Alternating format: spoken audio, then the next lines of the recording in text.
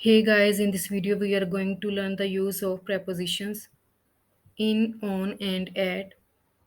So what are the prepositions and what are the uses of prepositions? So let us get right into the video. A preposition is a word or group of words used before a noun, pronoun or noun phrase to show direction, time, place, location, special relationships और to introduce an object. preposition एक ऐसा word है जिसे हम noun, pronoun और noun phrase से पहले use करते हैं और preposition हमें क्या बताता है? Direction, time, place, location, special relationships या फिर किसी भी ऑब्जेक्ट को इंट्रोड्यूस करवाता है। कुछ एग्जांपल्स हैं preposition की like in, at, on, of and to. Now we will see the use of in preposition। सबसे पहले देखा जाए तो इन preposition को हम बिफोर मंथ नेम यूज़ करते हैं like in January, in February, इन मार्च, इन अप्रैल, इन मई, इन जून। और इसके अलावा हम इन को बिफोर ईयर नेम यूज़ करते हैं लाइक इन 2020, इन 2019, इन 2018। इसके अलावा हम लोग इनको बिफोर सेंचुरीज यूज़ करते हैं like in 19th century, in 20th century, in 17th century. इसके अलावा हम इनको बिफोर लॉन्ग पीरियड्स यूज़ करते हैं like in the past, in the future. इसके अलावा हम इनको before parts of days use करते हैं लाइक मॉर्निंग है, इवनिंग है और आफ्टरनून है। तो हम यूज़ करते हैं in the morning, in the evening, in the afternoon. इसके अलावा हम इनको बिफोर हॉलीडेज यूज़ करते हैं लाइक इन द क्रिसमस। इनको हम बिफोर सीजन्स यूज़ करते हैं सीज़न नेम से पहले like in spring, in autumn, in winter, in summer.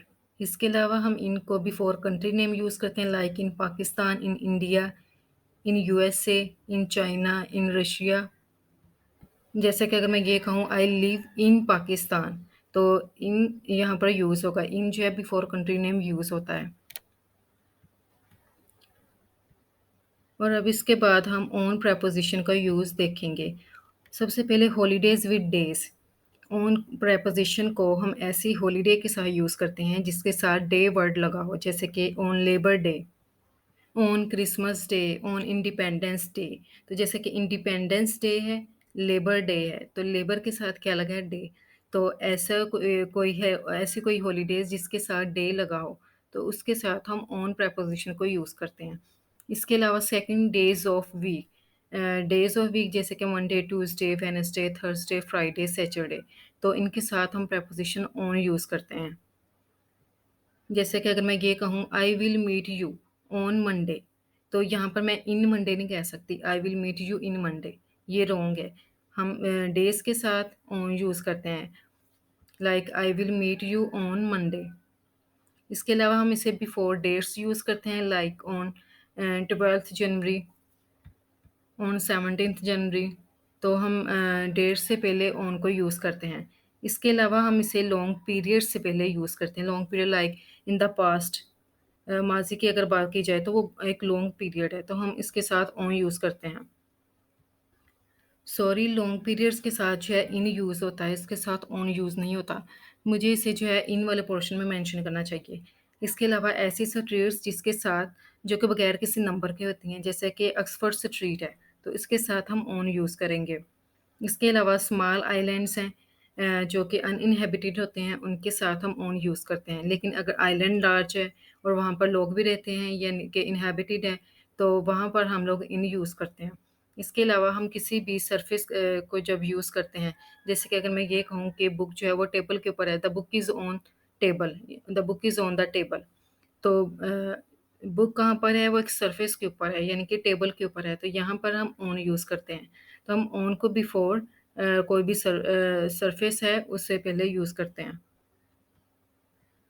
अब हम यहाँ पर ऐड के यूज़ को देखेंगे कि ऐड को हम किस तरह से यूज़ करते हैं। ऐड को हम वीकेंड्स से पहले यूज़ करते हैं। जैसे कि हम वीकेंड की बात करते हैं, at the weekends, at the weekend, तो उससे बिफोर हम एट यूज़ करते हैं। इसके अलावा पॉइंट्स इन टाइम जैसे कि एट द इंस्टेंट, फौरी तौर पर जब हम इस तरह से बात करते हैं like at the end, at least, at the beginning, at last, at moment, at once, at present, at times।